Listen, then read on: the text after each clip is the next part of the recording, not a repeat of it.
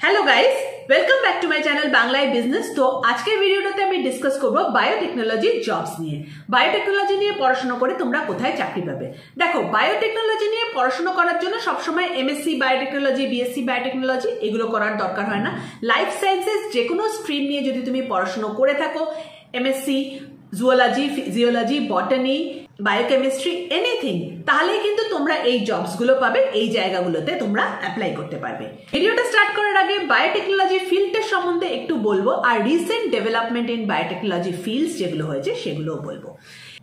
After Covid হয়ে যাওয়ার পর দেখা যায় যে বায়োটেকনোলজি ফিল্ডে একটা বুম আসে। ডিউরিং কোভিড আমরা সবাই দেখতে পাই যে সেই সময় কিভাবে একটা ভ্যাকসিন বলো, এক্সট্রা মেডিসিন বলো, হেলথ কেয়ার বলো, এগুলোর ডিমান্ড রাইজ করে। তো অবভিয়াসলি যখন এগুলোর ডিমান্ড রাইজ করে, তার ব্যাকআপ দেওয়ার জন্য বায়োটেক যে ইন্ডাস্ট্রিটা আছে, ফার্মা ইন্ডাস্ট্রি বলো, হেলথ কেয়ার ইন্ডাস্ট্রি বলো, বায়োটেক ইন্ডাস্ট্রি বলো, এই ইন্ডাস্ট্রিগুলোকে প্রচণ্ডভাবে বুস্ট আপ করতে হয়। বাট এই ইন্ডাস্ট্রিগুলোতে প্রি কোভিড কিন্তু খুব কম ইনভেস্টমেন্ট হতো, খুব কম টাকা আসতো, যে কারণে এই ইন্ডাস্ট্রিগুলো আমাদের দেশে ইকুইপড ছিল না। রিসার্চ সেরকমভাবে হতো না, ড্রাগ ডেভেলপমেন্ট সে অর্থে হতো না। যেটা হতো সেটা হচ্ছে বাল্ক ড্রাগ ম্যানুফ্যাকচারিং। বাট যখন কোভিড এলো, যখন এগুলোর ডিমান্ড প্রচণ্ড বেড়ে গেল, তখন কিন্তু সবারই এগুলো রিয়েলাইজেশন হলো যে এখনকার দিনে biotechnology, drug Discovery, drug development এগুলো করা খুব দরকার। তারপরে থেকে পোস্ট কোভিড বায়োটেকনোলজি ইন্ডাস্ট্রি যেটা আমাদের দেশে রয়েছে, ভারতে দেখা যায় যে বায়োটেকনোলজি ইন্ডাস্ট্রিতে হিউজ একটা ফান্ডিং চলে আসে। গভর্নমেন্ট সেখানে একটা হিউজ ফান্ডিং করে, ডিবিটি যেটা আমাদের ডিপার্টমেন্ট অফ বায়োটেকনোলজি, সেখানে প্রচুর ফান্ডিং চলে আসে। গভর্নমেন্ট যে অর্গানাইজেশনসগুলো আছে, বডিজগুলো আছে, তারা ফান্ডিং করতে শুরু করে দেয়, এবং প্রাইভেট যে অর্গানাইজেশনস আছে তারা নিজেরা ফান্ডিং শুরু করে দেয়। ইভেন ফরেন ফান্ডস আমাদের দেশে আসতে শুরু করে। যখন এটা শুরু করে তখন নতুন নতুন বায়োটেকনোলজি স্টার্টআপস কিন্তু আমাদের দেশে চালু হয়। এখনো এই প্রসেসটা চলে যাচ্ছে। কাজেই তুমি যদি একজন বায়োটেকনোলজি স্টুডেন্ট হও, লাইফ সায়েন্স স্টুডেন্ট হও, তাহলে এই ক্যারিয়ারটাতে স্টিক করে থাকবে, because this is a very very good time. যখন তোমার কাছে অপরচুনিটি থাকবে বায়োটেকনোলজি ফিল্ডে অথবা লাইফ সায়েন্স ফিল্ডে একটা খুব ভালো জব পাওয়ার এবং একটা খুব ভালো কেরিয়ার তৈরি করা। কিছুদিন আগে হয়তো তোমরা জানো, রেনাউন্ড ফার্মাসিউটিক্যাল সান ফার্মাসিউটিক্যালের যিনি managing director mister Dilip Sanghvi, উনিও বলেছেন যে এখন ফার্মাসিউটিক্যাল কোম্পানিজগুলো যারা আছে আমাদের দেশে, বিগ হিউজ ফার্মাসিউটিক্যাল জায়ান্টস, তারাও কিন্তু বাল্ক ড্রাগ ম্যানুফ্যাকচারিং থেকে আস্তে আস্তে সরে আসছে towards drug Discovery, research, drug development, এই জায়গাগুলোতে।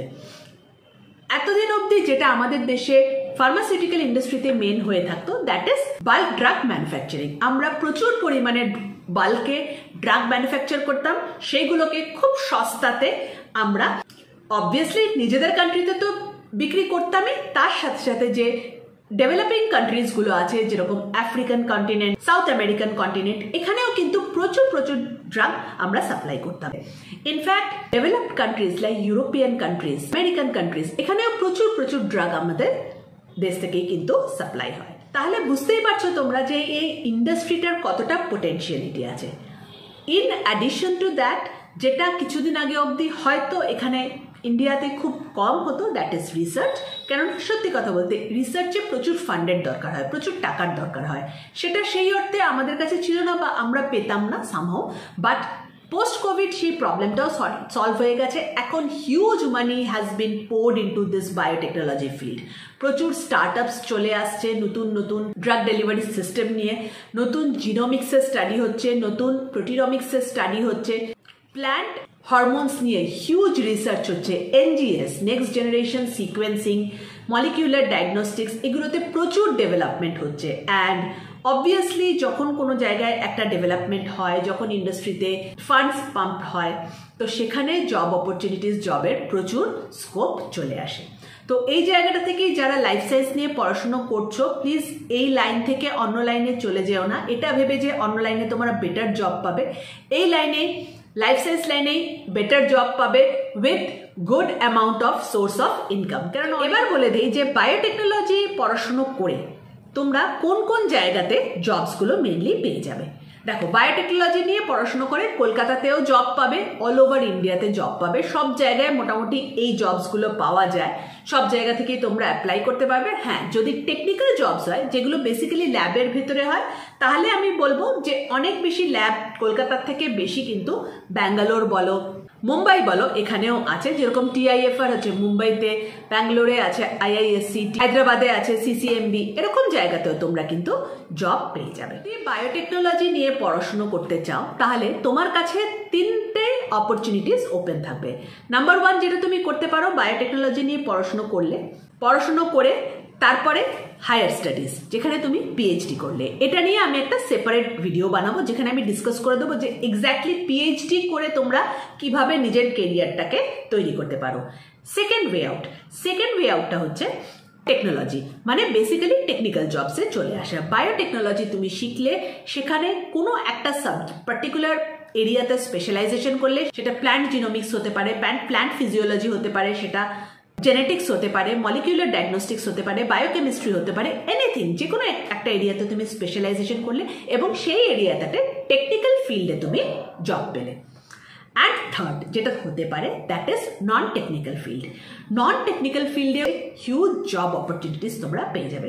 নন টেকনিক্যাল ফিল্ডে কি ধরনের জবস পাবে? ফার্স্টে তো অ্যাডমিন, ম্যানেজমেন্ট। অবভিয়াসলি কোনো একটা বায়োটেকনোলজি কোম্পানি হলো, হেলথ কেয়ার কোম্পানি হলো, তারা সবসময় চাইবে যে তাদের যে ম্যানেজমেন্টের লোকেরা থাকবে তারা যেন সেম ফিল্ড থেকে হয়, তাই না? তো সেখানেও কিন্তু তোমার হিউজ একটা জব অপরচুনিটি থাকবে। সেকেন্ড, সেলস অ্যান্ড মার্কেটিংয়ে হিউজ অপরচুনিটি আছে। বায়োটেক বলো, ফার্মাসিউটিক্যাল বলো, এই জায়গাটাতে ইমেন্স অপরচুনিটি আছে আর প্রত্যেক বছর প্রচুর রিক্রুটমেন্ট হয়। তো এটা তোমাদের জন্য একটা গোল্ডেন অপরচুনিটি। এখানে প্রচুর হাই ইনকাম করা যায় অ্যান্ড খুব কুইক গ্রো করা যায় এই ফিল্ডটাতে, এটাও তোমরা এক্সপ্লোর করতে পারো। দেন রেগুলেটরি অ্যাফেয়ার্স যেহেতু এখন কোম্পানিজ অনেক বেশি চলে এসছে, তো অবভিয়াসলি রেগুলেটরি অ্যাফেয়ার্সে লোকও বেশি দরকার হবে, এখানে কেরিয়ার তৈরি করার জায়গাও অনেক বেশি বেড়ে যাবে। তো সেখানে তোমরা নিজের কেরিয়ার তৈরি করতে পারো। সেটা এক্স্যাক্টলি কিভাবে করবে, কি পড়াশুনো করবে, সেটা আমি একটা ভিডিওতে ডিসকাস করব। আরেকটা জায়গায় যেখানে তোমাদের অপরচুনিটি থাকবে in non technical field, that is teaching and mentoring. Now একটা তো টিচিং অ্যান্ড মেন্টরিং হয়ে গেল, যেটা এরকম ধরনের টিচিং তোমরা স্কুলে করতে পারো, কলেজে করতে পারো। বাট যখন তুমি কোনো কোম্পানিতে চলে যাবে সেখানেও কিন্তু টিচিংয়ের দরকার হয়, মেন্টরিংয়ের দরকার হয়।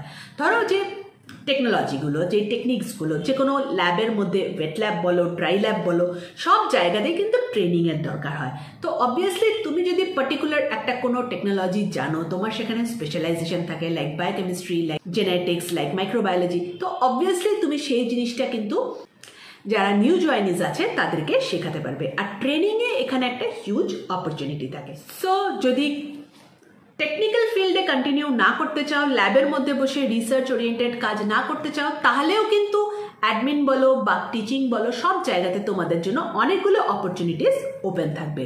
প্রত্যেকটা সেগমেন্ট নিয়ে আমি আমার আপকামিং ভিডিওসগুলোতে ডিসকাস করব।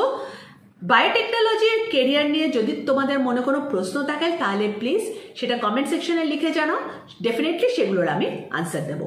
আরেকবারও বলে দিচ্ছি, বায়োটেকনোলজি ফিল্ডে কেরিয়ার তৈরি করতে গেলে কিন্তু নট নেসেসারিলি যে বায়োটেকনোলজি গ্র্যাজুয়েটস হতে হবে।